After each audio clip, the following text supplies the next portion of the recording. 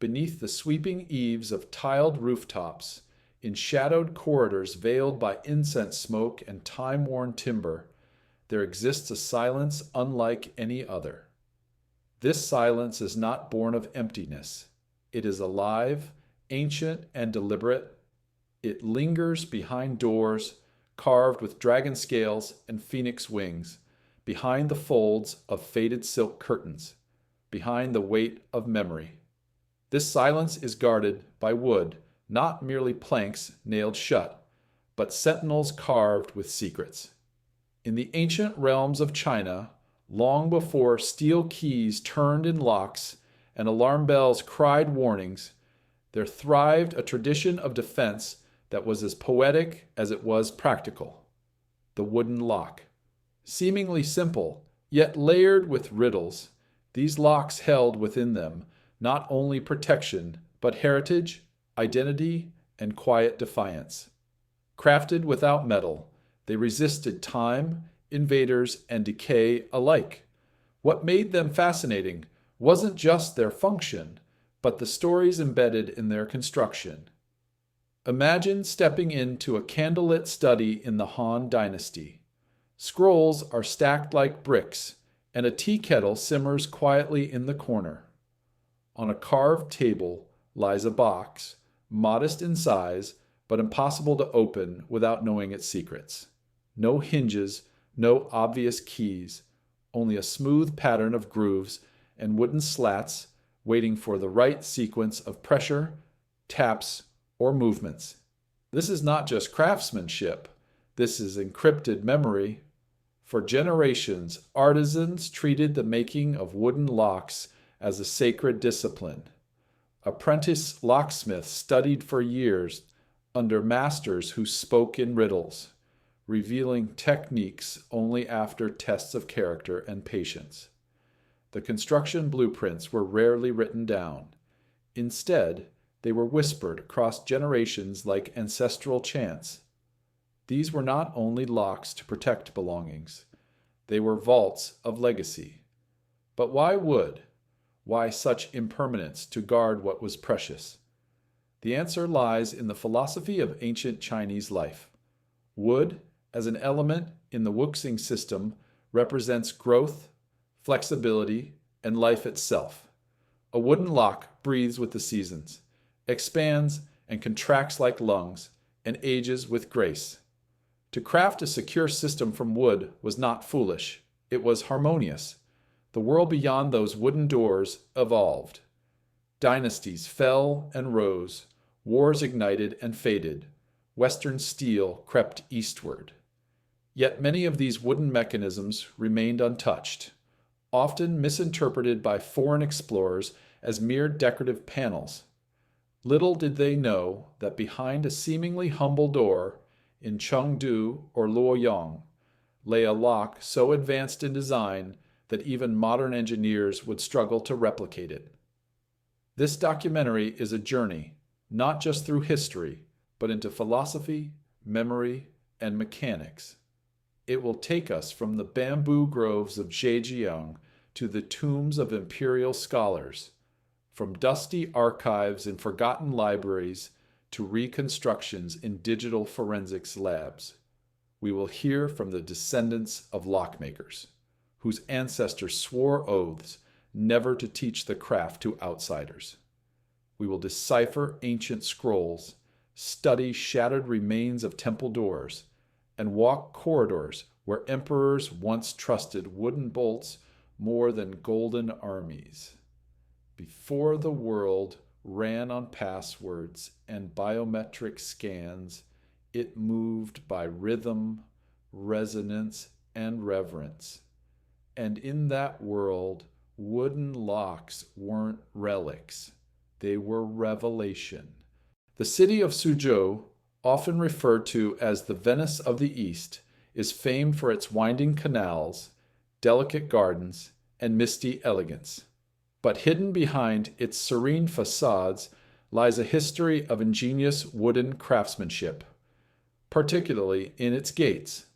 To the outsider, an ancient Chinese gate might appear ornamental: bold red panels, gilded hinges, guardian lion statues, and calligraphy etched in bone-white ink.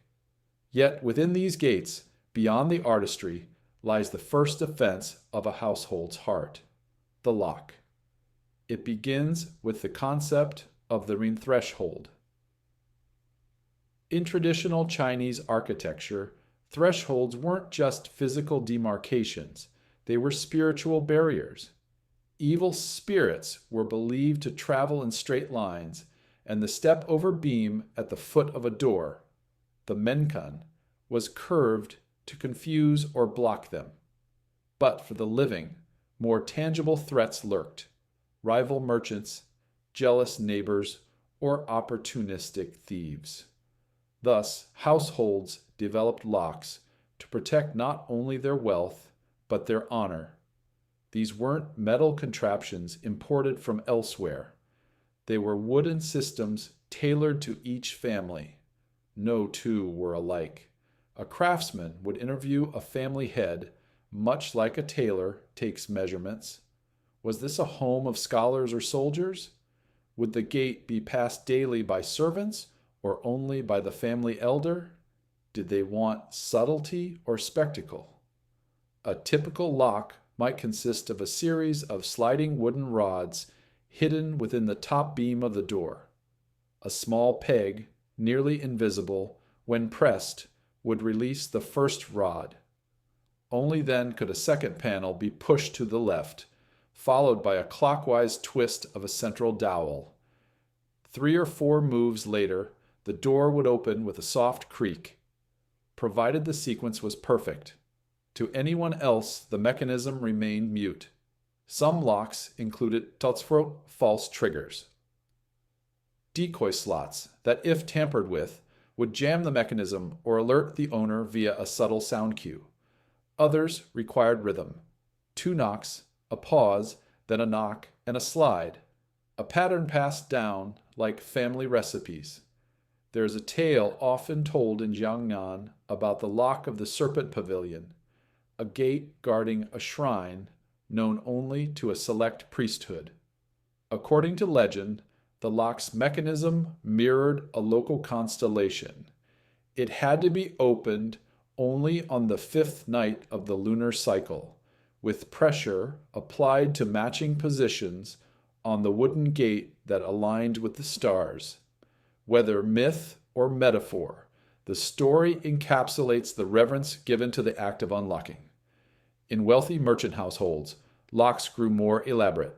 Some were built into furniture, chests, and hidden compartments within walls. One notable example was uncovered during the renovation of a Qing dynasty library, where a hidden latch behind a calligraphy scroll led to a rotating bookshelf, a mechanism crafted solely of wood and concealed for centuries. The gate was no longer just a way in. It became a guardian of stories. Every visitor, every family member, every tradesperson learned its ritual. For some children, mastering the family's lock was a rite of passage, a silent inheritance of wisdom. And for outsiders, it was a reminder. Behind these doors, understanding came not with force, but with respect. To enter a Chinese home in the 15th century was to cross into a protected realm, not just physically, but philosophically.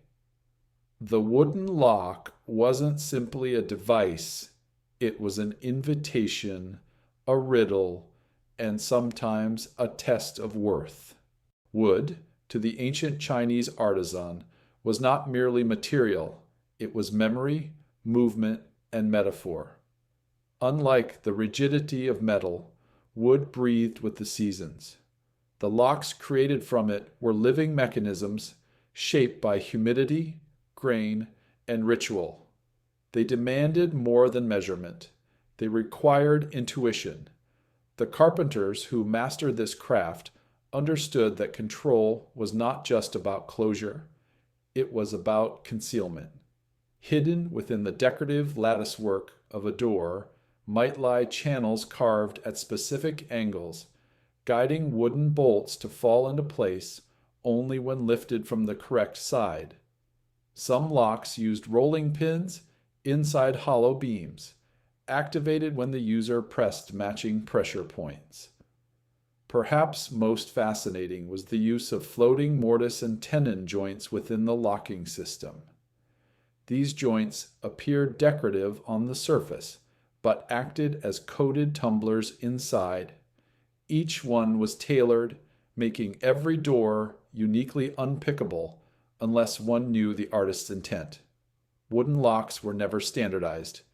Each family commissioned its own design, encrypted in geometry, symbolism, and poetry. A door might only open when a hidden rhyme was spoken aloud, or when a carved dragon's eye was pressed inward to shift the tension balance. To build such locks required apprenticeships, not just in woodworking, but in philosophy. In this chapter, we journey into the sacred relationship between artisan and material, and how every chisel strike was a line of code in an analog machine, one that could protect not only property, but dynastic memory. Far from the crowded marketplaces and noble estates, deep within ink-stained studies and scroll-lined chambers, scholars designed locks not for protection, but for thought.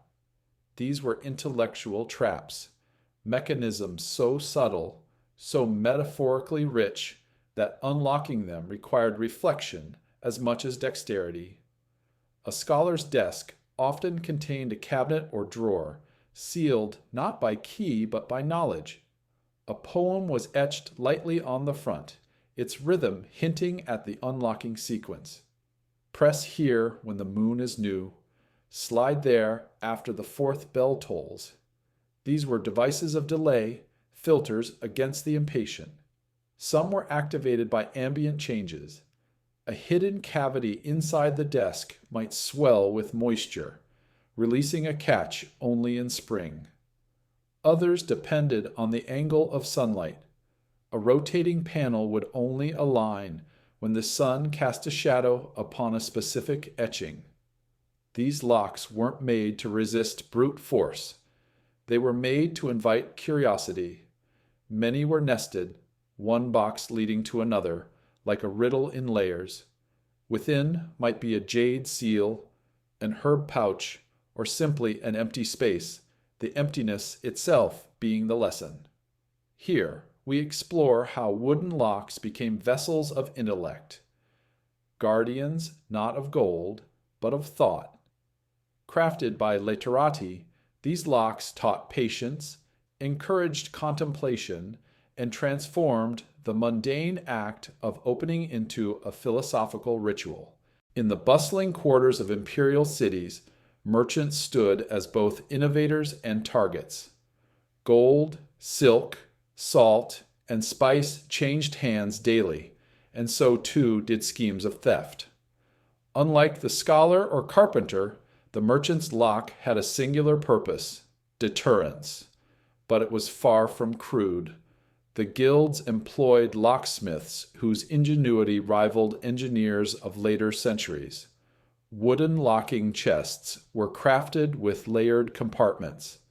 A central latch might appear to secure the box, but unlocking it often activated decoy traps, hidden drawers that popped open with misleading items, or false lids designed to confuse.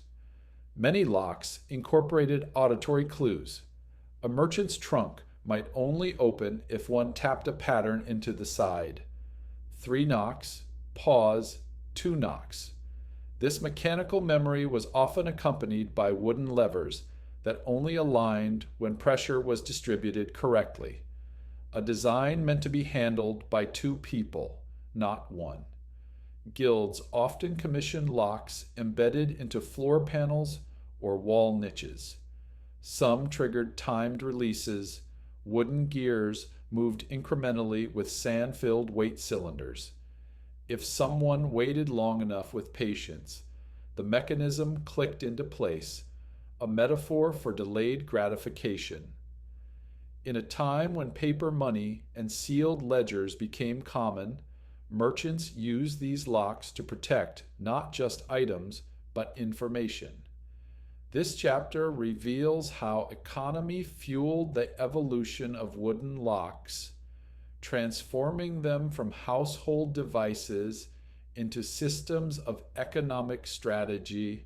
If the merchant's lock was functional, the temple's was sacred.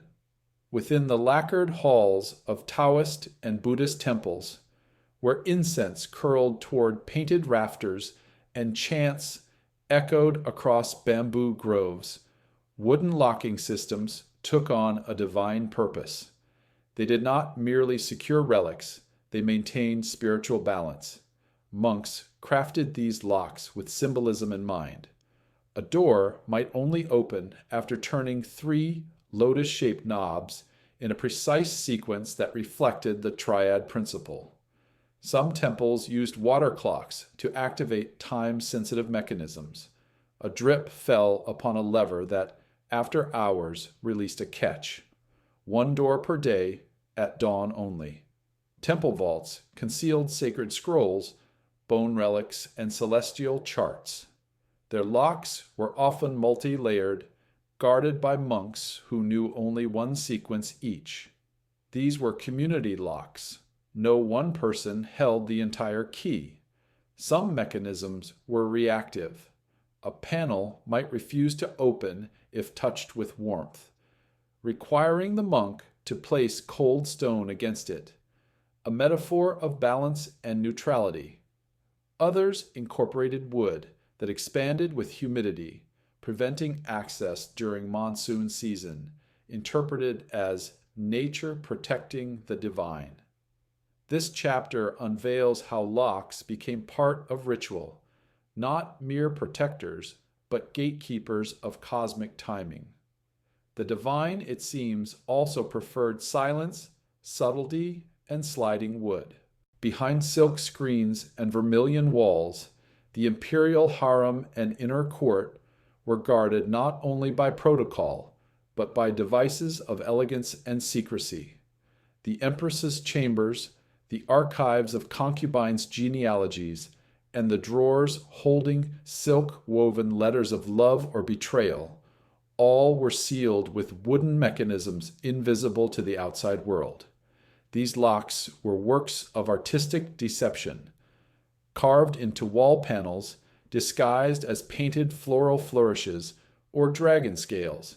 Their triggers required the application of soft force, a light press of the palm, a twist of a fan-shaped handle, or a flutter of fabric brushing a bamboo lever. Some locks mimicked daily objects. A hairpin inserted into a groove in a carved phoenix might trigger a chain of movements within. Jewelry boxes could be opened only when a matching bracelet touched the embedded magnetized wood, a rare technique using lodestone fragments subtly placed inside. The complexity of these mechanisms was not purely for defense. It was drama. Secrets, favors, forbidden writings, all were hidden behind wooden choreography, enacted only when the right emotions, timing, or permissions aligned. Here, we uncover the locked world of the court, where technology and poetry flirted behind every closed panel. The wooden lock was not just a barrier. It was a performance, designed to protect the heart of power in whispers and gestures. In Confucian doctrine, structure governed not only society, but objects. What could be opened must first prove its moral readiness to be opened. This belief spilled from ethics into engineering, and locks were its perfect metaphor.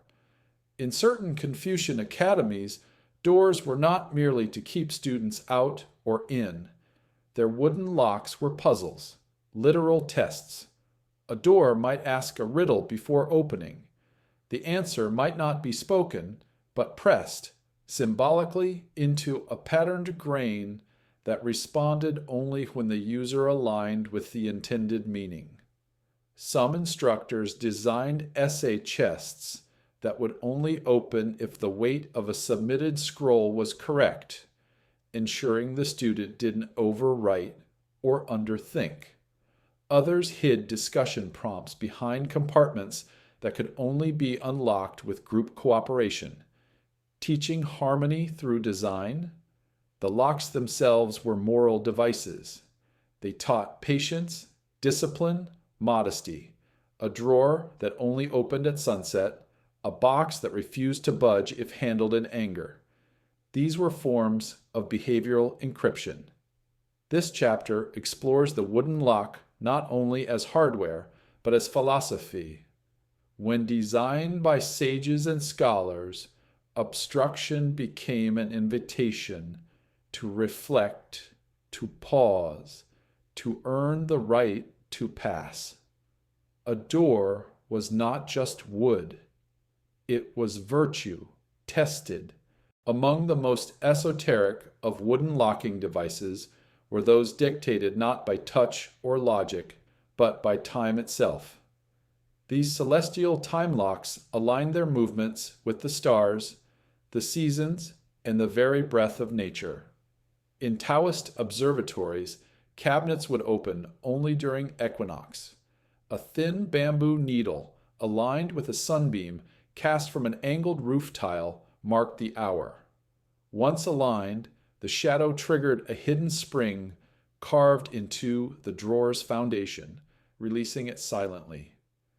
To the observer, it felt as though the universe had permitted access. In some Taoist monasteries, sacred texts were locked behind mechanisms tied to lunar phases. Thin strips of wood would swell or contract depending on humidity and temperature. Natural triggers aligned with the calendar. These mechanisms were alive, breathing in rhythm with nature. Astrological maps were also employed in locks used by hermit sages. A wheel inscribed with constellations required rotation based on birth time to release a clasp. These were not just protective, they were cosmic. Time was not the enemy of entry, it was the gatekeeper. This chapter guides us through the spiritual and astronomical intersections, where wooden locks serve not human schedules, but celestial permissions. They mark time not with tick or chime, but with shadow, silence, and sky. Not every lock was meant to guard. Some were meant to mislead. In the war-torn regions of ancient China, generals and tacticians often commissioned portable chests and map scrolls protected by wooden decoys. These were not fortresses of defense, they were illusions. A traveling chest might be fitted with 6 visible compartments, 5 of which were accessible by basic sliding panels. But the 6th, the true compartment, would require a seemingly destructive act, pressing in the bottom to collapse it, revealing a secret drawer in the lid. Decoy locks were common among spy guilds. A sliding bolt might activate nothing, while a gentle breath across carved reeds might cause a hidden flap to spring open. Even doorways were faked. Some homes had false entry locks built into solid walls. Intruders would waste time unlocking a passage that led nowhere. Many of these devices employed sound cues, a false click, a hollow thud. The artisan would design acoustics to imitate mechanical behavior, tricking even the experienced hand. This chapter reveals the artistry of deception, where the lock's purpose was not just to secure, but to outwit. These mechanisms were not challenges of strength, but riddles of perception.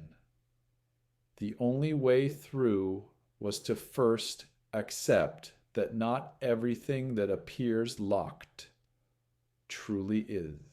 In every dynasty, there were a handful of craftsmen whose fame echoed beyond their lifetime, master makers of the invisible craft. Their names were rarely signed, but their locks whispered of their legacy through design alone. It was said that Master Hu of the Eastern Han carved a lock so intricate that its sequence reset itself daily, tied to the movement of sand within a chamber behind the door. Only his descendants, trained in poetry and patience, could access it. Master Lin, working in the Tang dynasty, embedded moral proverbs into his locking mechanisms. Each sliding piece, each rising peg, recited a Confucian phrase in motion. The door taught virtue even in resistance. These artisans kept no blueprints. Their knowledge passed mouth to mouth, wrist to wrist, in the quiet hours of night. Many apprentice lines were broken in war or migration. Their final locks remain shut to this day, time capsules in decaying temples, mute and marvelous. Some scholars today suspect these master makers embedded riddles in their own tombs. A few mausoleums discovered in Sichuan and Jiangsu reveal wooden chambers within stone ones, untouched for centuries, as though awaiting the return of a hand that remembers. This chapter pays homage to the unknown legends, the master makers whose ingenuity transcended utility. They saw locking not as restriction, but as storytelling, coded in wood. As foreign traders docked along Chinese harbors and missionaries brought with them metallic innovations, the age of wooden locking systems began to fade. Steel bolts, iron padlocks, and European keys seduced the cities with their weight and sound, but not all welcomed them. The old carpenters scoffed at the clanging of locks. Too loud, they said, a proper seal knows silence.